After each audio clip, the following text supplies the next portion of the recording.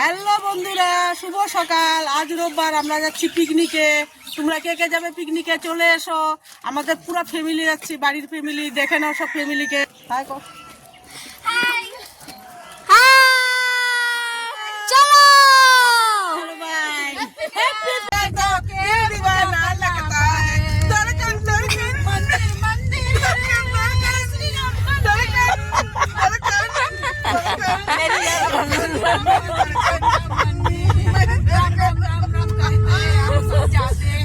So the song ধড়কন গানটা কীরকম লাগলো অবভিয়াসলি কমেন্টে জানাবেন।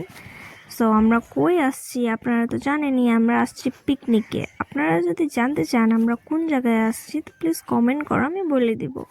তো আসার পরে এখানে সব কিছু নাচ গান হইতেছিল, তারপরে সব কিছু মজা টজা করার পরে মাসি এখানে টমেটো এগুলো সব কিছু কাটাকাটি করতেছিল। ঘরের থেকে সব কিছু রেডি করাই হয়েছিল, শুধু এখানে কাটাকাটি হইতেছিল। কেন কি মা তো আর সব কিছু একলা করতে পারবে না, তো মাসি মার হেল্প করে দিতেছিল। আর মা এদিকে রান্নাও বসায় দিয়েছিল। আজকের মেনুতে ছিল ডাল, মাছের ঝোল, বেগুন ভর্তা, চিকেন আর অনেক কিছু ছিল।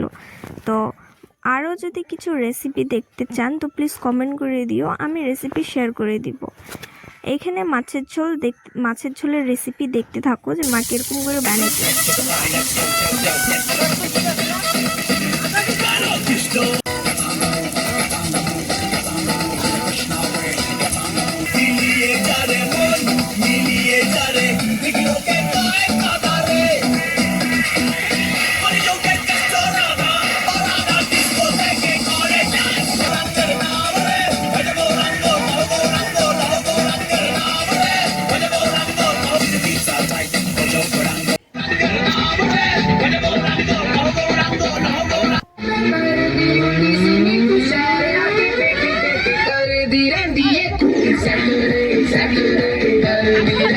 অলমোস্ট এখানে মাছের ঝোল রেডি হয়ে গেছে।